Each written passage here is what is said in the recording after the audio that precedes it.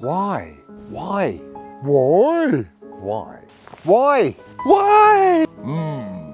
Why? Why?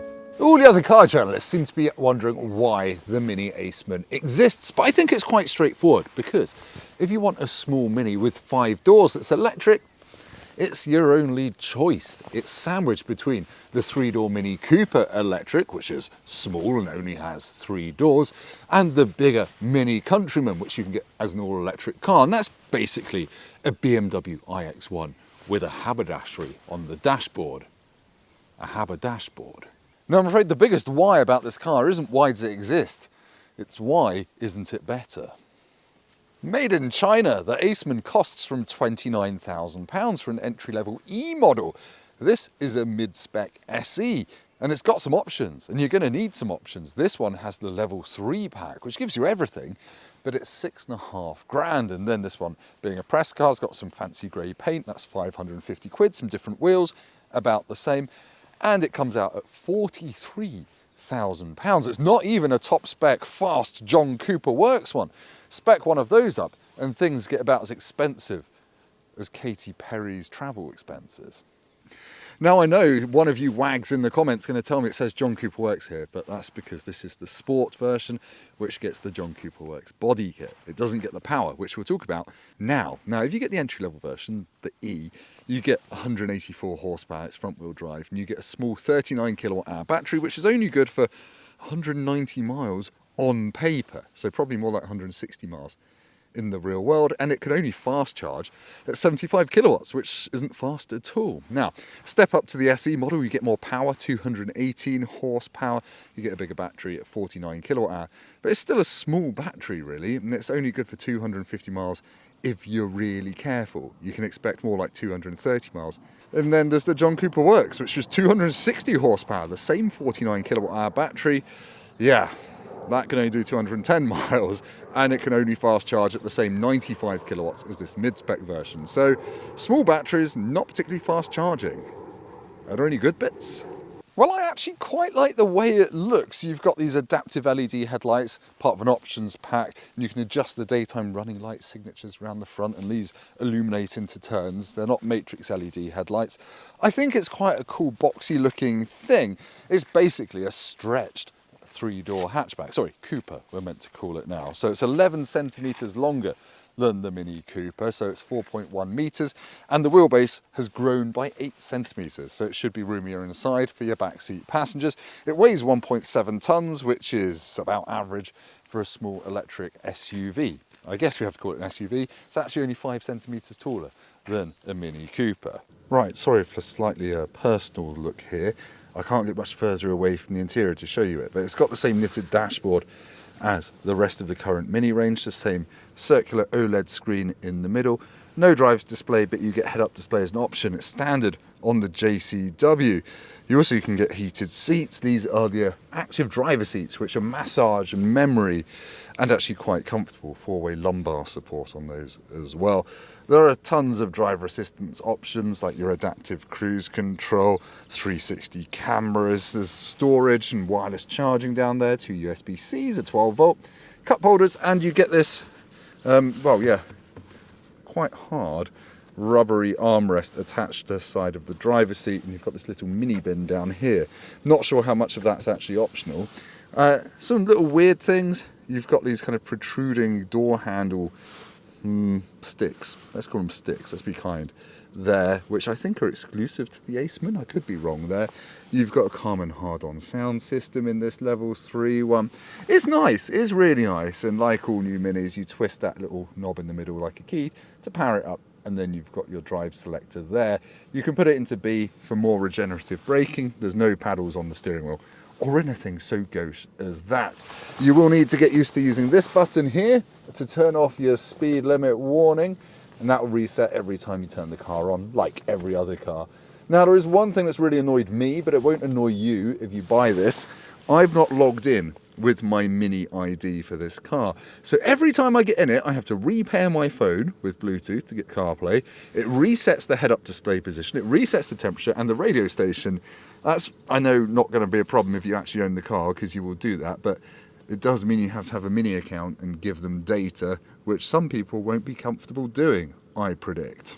Other niggles, there's not much width for my knees when I'm driving it. I kind of end up man-spreading into this hard plastic here. And that's about it, really. It's nice feeling, it's nice looking. Let's go and do some other bits of the review. Oh yeah, I'm not sure why there's a leather strap there, right in your eye line. I don't think it covers anything. It's just a design detail. Now, I'm very surprised to report that I fit in the back of the Mini Aceman. I'm 6'3", I'm quite lanky, that's my driving position. I've got about a centimetre of knee room there, but that's actually soft and squidgy, so it doesn't matter if I prod it. I've got foot room and I've got headroom.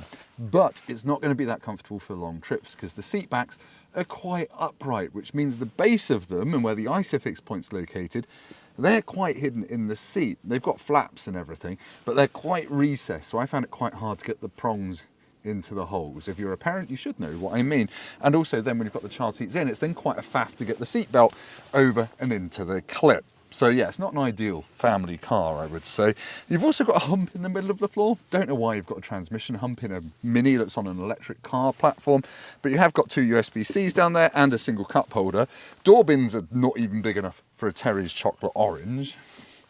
You've got a little map pocket there. It's okay. It's better than I expected, and I like you've got electric rear windows, and you've still got the same nice cloth from the dashboard back here as well, although it does mark with fingers quite easily, as my little darlings have discovered.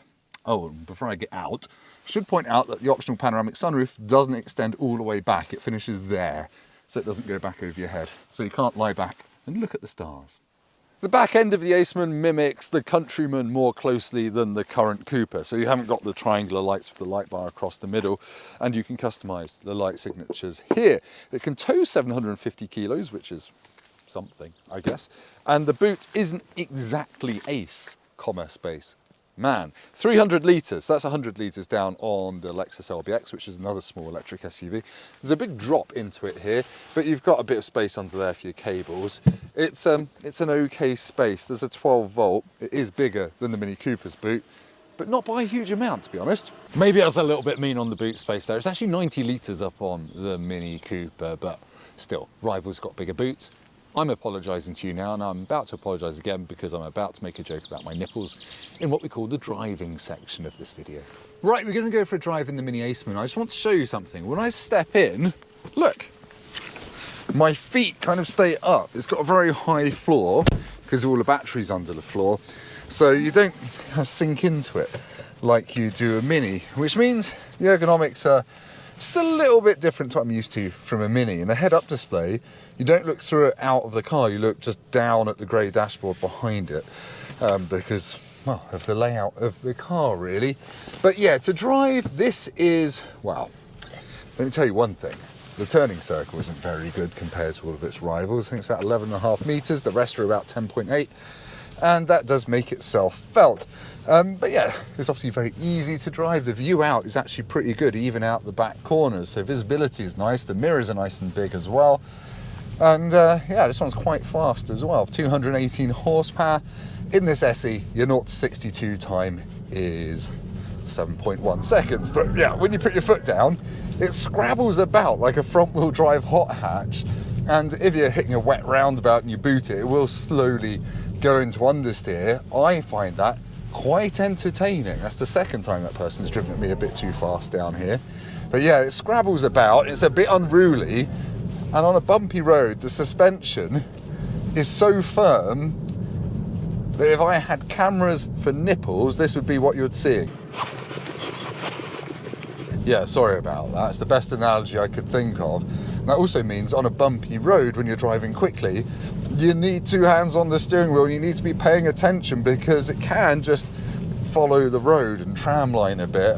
I like it, but it's not relaxing. That's for damn sure. Yeah, the ride, this road isn't actually too bad, but on some bumpy roads around town, I would say it's almost unforgivably firm, and it does annoy you. And when you're tired, it gets worse, obviously. And my kids have said, actually, I feel a bit sick in this, just driving at normal speeds on these local bumpy roads. They don't love it in the back, and that is worth considering. Ugh. Especially considering I imagine most of these will be used around town. Now, out on the motorway, it does smooth out a bit, it's okay, but then you've got quite a bit of tyre roar as well. Dynamically, the handling, it does feel like a Mini. It's not got much body lean, and it's quite entertaining to drive it like a bit of a knob. And the acceleration is quite addictive. If you get the JCW version, it will do 0 to 62 in 6.4 seconds. If you get the normal version, it's a bit longer, it's close to 8 seconds. But I don't think any of them are going to feel slow once you're moving. The only thing is, you're constantly looking at the range readout. This one's meant to do 250 miles.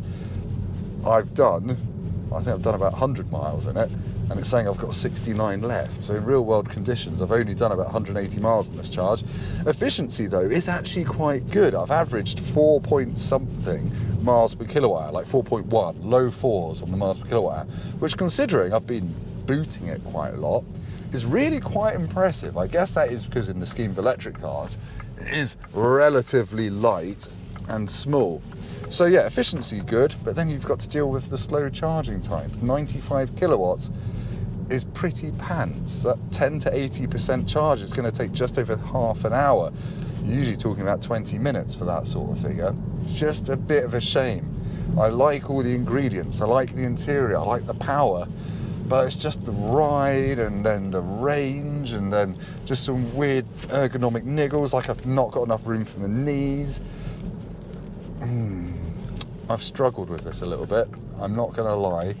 I do look for the positives in all cars, where there are some, and I do like to think that there's the right car for everyone. Like, you know, someone will like a Ford EcoSport, which is pretty much the worst modern car there is. But for this, if you like being jiggled about, you like electric cars and you don't need to go very far, that's kind of you. But I don't think that's many people. Now, so you've got Mini's driving modes called experiences. They can change the noise of the car and the throttle response. There's a go-kart one for sportiness. There's an eco one. They don't change the suspension, so I'd just leave it in your normal core one and just get on with it. But anyway, that sounds like a conclusion. Let's head back to me for a proper one, in which I'll try to be more, well, less nipple jiggly for a start. Fewer nipple jiggly? No, less nipple jiggly. Okay, I'm just going to zoom out a bit and talk about some of the Aceman's rivals, because if you're in the market for a small electric SUV, there's things like the Jeep Avenger, the Peugeot E2008 and all that kind of Stellantis-y stuff. And they do some things better than this, especially ride comfort. But they don't have the Mini sense of style, both inside and out. And I always say that if you want a Mini, you probably want a Mini and nothing else will do.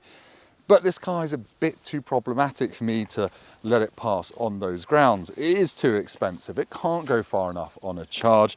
And as a very unstylish person, personally, I struggle to see why I'd spend 42 grand on such a small, compromised, hard riding car, when something like the Kia EV3, which is admittedly a little bit bigger, is way roomier inside, way more comfortable. Some models can do almost double the distance on a charge, and it charges a lot faster as well. So yeah, that's me being pragmatic. But if you want a small Mini 5-door electric car, well, why?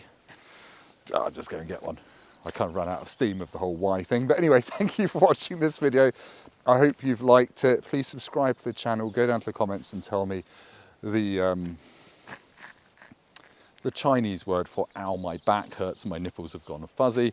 And yeah, just watch all of my videos, click on all the adverts, because I now need to buy a child seat because I just reversed that over one of them.